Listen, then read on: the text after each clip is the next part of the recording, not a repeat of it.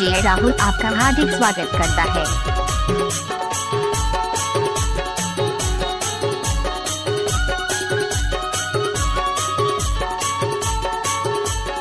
DJ Rahul सभी से मेरा गुजारिश है, सभी कोई सामने आकर बैठ जाए। बात है से मेरे खास का गुजारिश है, सब सामने आकर बैठ जाए। काफी जगह सबको इधर से बैठा दे, सब सामने। डीजे राहुल आपका हार्दिक स्वागत करता है।